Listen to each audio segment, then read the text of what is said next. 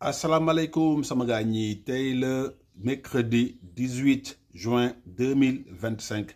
dellu soit ak yéen seen deuxième partie actualité géopolitique mondiale bi nga xam ne dama koy jaglal bouleversement bi nga xam ne moom moo am de façon significative ci guerre yi nga xam ne mooy nekk guerre yu bees yi nga xam ne daanaka dafa beddi ay jumtukaay xarala guerre yu bëree bëri bi si njëkk mooy blindé bi si topp mooy char yooyu yëpp jamono ji amatuñu benn impact ci lii nga xam ne moom mooy guerre bi rôle bi nga xam ne moom lañ daan am te képp ki nga xam ne yore woon nga ko daanaka yow yaa yoroon doole bi yow yaa yoroon puissance bi loolu da doon may ngay xuus bu baax a baax waaye guerre bi nga xam ne moo dox si diggante fédération de Russie ak Ukraine wane na drone ñëw na jël le dessus sur tous ces ñi ko waxatee jumtukaay xarala guerre yooyu nga xam ne moo xam blindé la moo xam char la ndaxte amatuñu impact ndaxte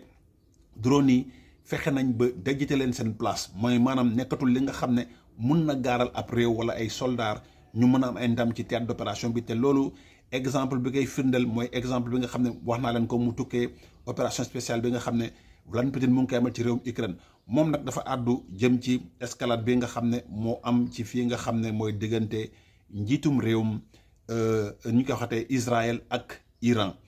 position bi nga xam ne mooy position russe moom dafa accuser Israël de pousser le monde vers une catastrophe nucléaire maanaam la nga xam ne moom la chef de renseignement américain bi wax ne monde bi mu ngi jëm ci lu ñuy wax anéantissement nucléaire loolu la Vladimir Poutine wax waaye Vladimir Poutine pour man il est très mal placé pour wax ci wàllum nucléaire ndaxte moom tamit jàpp ne bokk na ci ñi nga xam ne nucléaire boobu la jël di xëppee képp ki nga xam ne bëgg nga gàntal opération spéciale bi ci fii nga xam ne mooy réewum Ukraine ba tax na nasaraan si kenn ñemewu ko parce que moom ku bëgg a jàppale Ukraine wala ku bëgg a def benn mbir rek mu génnee nucléaire wala mu commencé waxaat nucléaire te boo leen xoolee ba mu tàmbalee opération spéciale ba léegi la mu tudd nucléaire teg ko ci taabal bi ne réewum fédération de Russie yor na nucléaire kon tey ñii nga xam ne gis nañ seen noonu yi waruñu leen bàyyi ñu am nucléaire kon am nañ dëgg wax naa leen Corée du Nord yor na nucléaire moom du xaar sa ko provoqué moom mooy dankaafu moom mooy xupp moom mooy ne laal ma wala song ma foofu la Corée du Nord toll ginnaaw bi nga xamee ne am na nucléaire te amul sax la nga xam ne moroom am na ko parce que ëppalewul Amérique bi nga xam ne mooy noonam parce que léegi fédération de Russie allié la ñoom ñaar ñoom ñoo bokk mbuus ñoom ñoo bokk lépp te gis ngeen ne Corée du Nord daanaka lépp li nga xam ne soxla na ko fédération de Russie da koy jox ma wax leen ne kii di Vladimir Poutine ak Russie fay ñu iranien yi naar bi xoromam ndaxte lu mu metti bi affaire yi méttee iranien yi lépp li nga xam ne amoon nañ ko ci drone dañ koy fédération de Russie te ba tey si ngoon technologie iranien yi la Russie di sukkandiku pour mën a defal bagage ukrainien yi loolu c'est un fait saa ñu déggee song 400 drones ay drone Shahid lañ te tey Iran mënul nekk si benn jafe-jafe bi nga xam ne jafe-jafe bu tar la kii di Vladimir Poutine ak réewam di wax ay communiqué naa non Israël dafay amal lu ñuy wax ay anéantissement nucléaire moom sax génne na ambassade am ci fii nga xam ne mooy réewum Israël ginnaaw bi nga xam ne song yi tar nañ waaye nee nañ dañuy déplacer rek lii nga xam ne moom mooy seen personnel bi waaye teewul ñoom dinañ continuer di am rapport ak lii nga xam ne mooy Israël maanaam dakkaluñu seen rapport diplomatique relation diplomatique ak Israël waaye dañuy déplacer seen personnel bi pour des raisons de sécurité si beneen réew la ñuy dem ba nga xam daal dañ mun continuer di liggéey kon loolu dafay wane benn position bi nga xam ne wax naa ko sànq maanaam tey am na ay réew yi nga xam ne ñoom ñëpp ñu ngi condamné waaye ci ginnaaw condamnation moom noonu ñoom ñëpp ñu ngi sara xolle ci suuf ndaxte dañuy jàpp ne Israël dafa def benn mbir bi nga xam ne mbir mu leen gënal la mooy maanaam daal ñoom daal jàppale leen même bu fekkee ne Israël noonu la noonu ba nga xam ne aussi dalay wàññil sa beneen noonu kooku da ngay jàpp ne mbir lu muy def lu baax la ba tax na daal doo ko diingat waaye doo ci fës trop moo tax mën na leen gisaguma ci àdduna bi ay manifestation yi nga xam ne ay askan yuy génn lañ parce que état yi muy Arabie Saoudite muy feneen ak feneen mun nañu organiser ñoom ay manifestants yi nga xam ne autorisé askan yi ñuy jàppale dooleel Iran comme ni mu amee ci bande de Gaza waaye ñoom ñëpp maanaam à part wax ko ci làmmiñ bind ko ci bataaxal yem foofu noonu fa lañ yem di seetaan te bu leen seen sagu mooy Iran du mës a am lii nga xam ne moom mooy bombe nucléaire bi ndaxte ñoom aussi dañuy jàpp ne ginnaaw réeroo bi nga xam ne réeroo bu profond la bu yàgg la si diggante sunnite ak chiite te wax naa leen ne dafa nekk mbir bi nga xam ne yombul parce que tey am na ñi nga xam ne ci réewum Sénégal ñoom jël nañ position wax ne lii di Iran war kenn waru koo jàppale ndaxte ñoom yàgg nañ toroxal askanu sunnite yi yàgg na leen fitnal yàgg na leen faagaagal ba tax na daal ñoom dañ ci maandu ci li nga xam ne mooy dox si diggante Iran ak Israël. Léegi nag la Russie a accusé Israël mardi de pousser le monde vers une catastrophe nucléaire après l'escalade mooy li nga xam ne wax naa leen sànq la Russie accuse Israël mardi de pousser le monde vers une catastrophe nucléaire après l'escalade des tensions au Moyen-Orient et du conflit entre Iran et Israël. Les attaques intensives en cours sur la partie israélienne sur les infrastructures pacifiques de la République islamique d'Iran sont illégales en vertu du droit international. Maanaam song yi nga xam ne Israël da koy amal ci infrastructure énergétique yu réewum Iran dafa nekk ay song yi nga xam ne dafay violer lu ñuy wax droit international ba pare respecté wul lépp li nga xam ne dafa illégal daal en sorte daal respecté wul lu ñuy wax droit international te loolu noonu Israël dafa nekk ki nga xam ne da ko yàgg di amal. Léegi nag moom nee na guerre bi nga xam ne moom la Israël di guerre bu illégal la te respecté wul droit international te ak lii nga xam ne moom lay laal mu jëm ci lu ñuy wax centrale yi nga xam ne nee nañ moom da koy yàq parce que wax naa leen ne centrale bu Toldo Israël nee nañ fokk ñu yàq ko te loolu nee nañ mën na indi catastrophe nucléaire. Le fait que ñuy foyee nucléaire boobu noonu bëgg laal centrifugé noonu mën na indi catastrophe nucléaire. Chef renseignement bu réewum Amérique wax na ko ki nga xam ne moom mooy chefu renseignement yi wax naa ko sànq bi ma def vidéo. La Russie est une puissance nucléaire et un allié de Téhéran. Moscou a estimé que les attaques israéliennes en Iran représentent une menace inacceptable à la sécurité internationale et poussent le monde vers une catastrophe nucléaire. Fitna bii nga xam ne moom la Israël indi ci àdduna bi dafay yóbbu àdduna bi ci lu ñuy wax catastrophe nucléaire. Les conséquences d'une telle catastrophe s'en feraient ressentir partout y compris en Israël.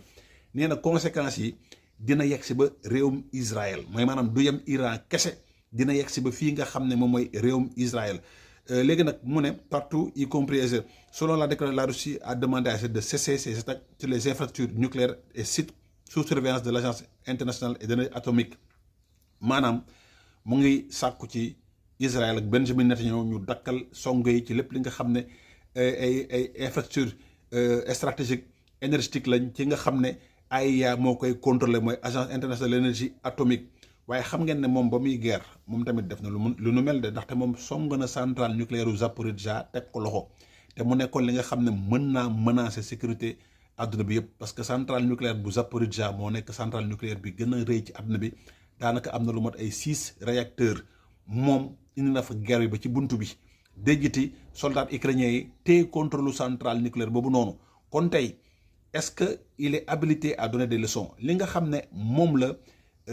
Israël di def moom def na ko ak arméem ndaxte moom tamit song na centrale nucléaire bu Zaporijia bi nga xam ne mooy la plus grande centrale d'Europe. kon adduna bi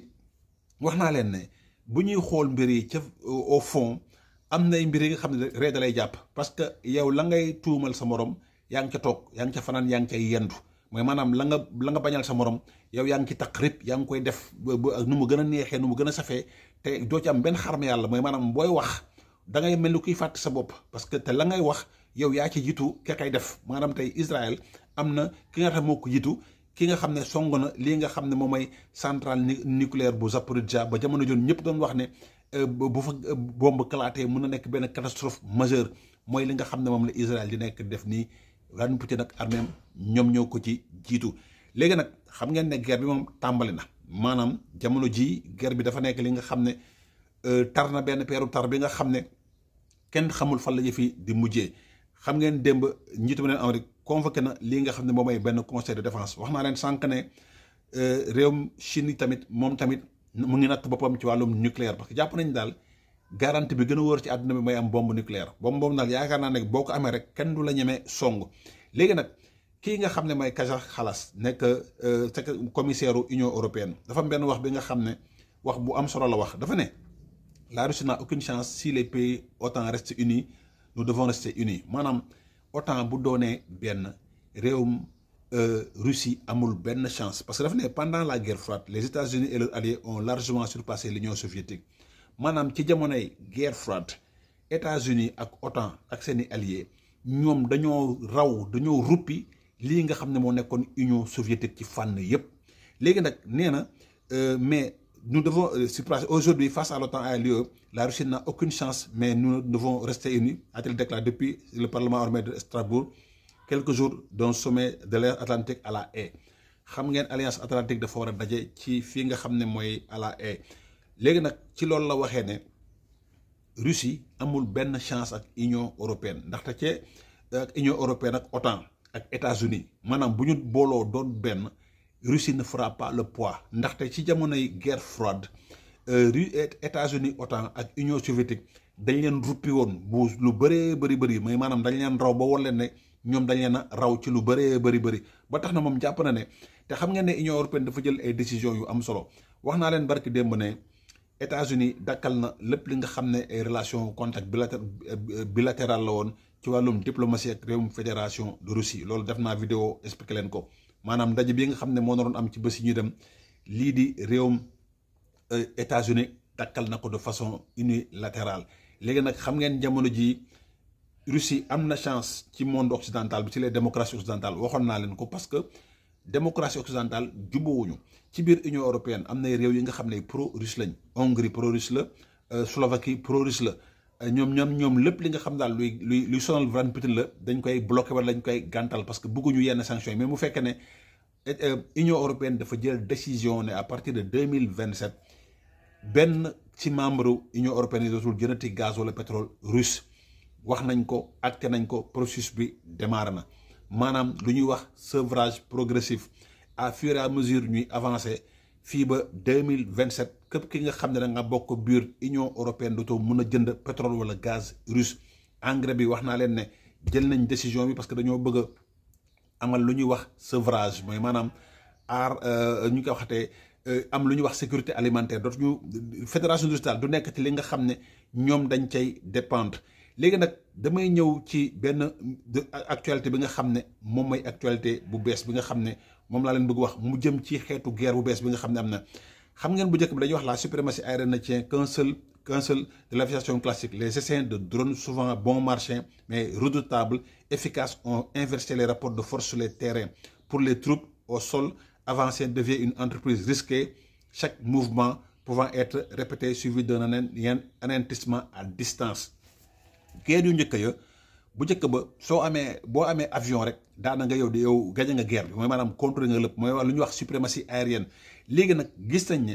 essai de drone yi dafa ñëw bouleverser donu guerre boobu noonu maanaam léegi lépp li nga xam ne troupe la bi nga xam ne dafa bëgg a jëm kanam yore ay char yore ay blindé essai de drone mun na leen faagaagal mooy maanaam troupe bi nu mu toll essai de drone dafa ñëw faagaagal leen ba tax na ci guerre bi nga xam ne mooy dox si diggante Russie ak Ukraine foofu la ñuy expérimenté mbir yu bëri gis nañ léegi fédération Russie ginnaaw bi nga xamee ne char yi mënatul dem blindé yi mënatul dem gis ngeen sax créé na benn blindé tortue ba yi nga xam ne benn carapace la ba nga xam ne dañ ko blindé pour drone yi bañ koo yàq waaye ci mujjantal bi gars yi gis nañ faay bi loolu dematul léegi armée russe ñu wut ay pexe yu bees mooy maanaam lu ñuy wax ay moto ay assaut de moto dans ce contexte que les armées russes ont multiplié les assauts en moto en Ukraine à défaut de blindés encore opérationnels elles utilisent sur des véhicules rapides maniables mais totalement dépourvus de protection xam ngeen moto ci guerre amul lenn lu lay aar léegi ñu ne selon 25% des soldats engagés dans certaines offensives terrestres avancent désormais sur des 2 roues avec parfois plus de 100 motos lancées simultanément vers une ligne ukrainienne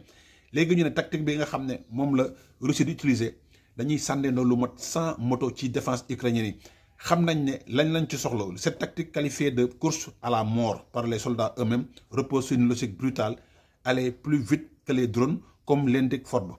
njeexital bi xam nga lan la gën a gaaw drone yi maanaam comme que ñoom mënu yor ci si doon nekk seen blindé yi léegi bu ñu jëlee moto bi mooy ñoom jàpp nañ ne moto bi mooy gën a gaaw drone yi te waroo def fausse manœuvre te boo defee fausse manœuvre da ngay daanu léegi nag ñu ne comme l'indique Forbes les pilotes reçoivent des guides de survie relais sur télégramme et que l'on conseille d'éviter les routes droites de zigzaguer entre les arbres et de ne jamais ralentir. Le message est limpide. Votre moto est synonyme de vitesse, mais pas d'armure. Une erreur peut être fatale.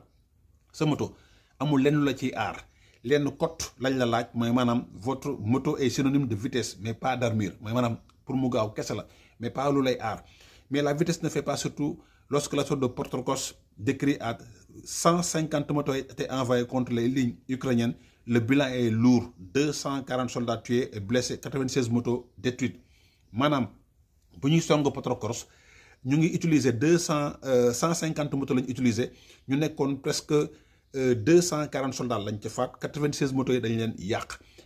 kon loolu dafay wane ne jafe-jafe bii nga xam ne guerre moderne yi am nañ ko bii nga xam ne ay essais de drone ñëw nañ léegi supériorité aérienne amatul benn njëriñ ci guerre maanaam drone yi dañoo ñëw bouleverser lii nga xam ne mooy guerre bi. char amatul njëriñ ci guerre, blindé amatul njëriñ ci guerre parce que loolu yëpp drone yi dañ leen di faagaagal. Un affrontement technologique qui pousse une attaque permanente. L'usage massif des motos, de quads et de véhicules civils comme les buggy chinois reflète un changement profond dans la manière de conduire la guerre.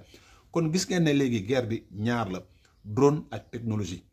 ku amul loolu mënoo gagner guerre. Drone technologie. L'usage massif des motos, de quads, de véhicules civils comme les buggy chinois reflète un changement profond dans la manière de conduire la guerre. Cette stratégie, bien que coûteuse en vie humaine, permet de compenser la pénurie d'équipements blindés. Même bu fekkee ne guerre bii nga xam ne ay moto ngay sukkandiku ak ay soldats dafay lekk bakkan bu bëree bëri waaye mun na tax ba ñàkkum maanaam équipement parce que matériel yi nga xam ne mënutoo ko defaraat boo ñàkkee char nekkul lu ñuy defaraat boo ñàkkee blindé nekkul lu ñu gaaw a defaraat loolu yëpp defaraat bi dafa yéex parce que temps bi muy jël pour ñu defaraat ko ak la ca war yëpp mun na jël diir bu bëree bëri ba tax na dafa nekk mbir bi nga xam ne dina tax nga avancer waaye à des prix de lourdes pertes. kon bu ñuy wax ne Russie dañuy am jafe-jafe pour avancer pour perte ligne de défense te ukrainiens yi maîtriser nañ lii nga xam ne mooy wàllum drone yi avancer nañ ci dañ ciy liggéey lu mat ay 1,7 million drones par an la ñuy liggéey te gis ngeen ne daanaka drone yi mooy guerre déggatu leen char déggatu leen blindé déggatu leen leneen. Pour les soldats ukrainiens, ce escadron agissent comme des leurres ou des sondes vivantes. Leur but n'est pas d'éliminer les troupes ennemies, mais de désorganiser les lignes, repérer les positions sensibles et surcharger les capacités réactionnelles. Maanaam tey ukrainiens yi la nga xam ne moom la ñuy def mooy maanaam def seen i essai de drone soldat bu gis drone contingent bu gis drone faaw mu dispersé wu mooy maanaam lépp li nga xam ne stratégie boo tegoon la da nga koy dindi pour aar say soldats loolu nag moom la ñuy utiliser mooy maanaam am capacité di leurrer mooy maanaam di yàq lépp li nga xam ne stratégie li nga xam ne noon bi teg na ko soo ko defee rek da lay may nga am avantage leurre ou sonde vivante mooy maanaam fexe ba ñongal say position. Face à cette menace mobile, l'armée ukrainienne adapte contre-mesure. En 2000, elle a triplé sa production de drones, atteignant 4,5 millions d'unités avec des opérateurs de plus en plus formés et aguerris. Maanaam léegi armée ukrainienne dina defar lu mat 4,5 millions de drones moom lay defar ba pare am ay équipes yi nga xam ne xarañ nañ trop.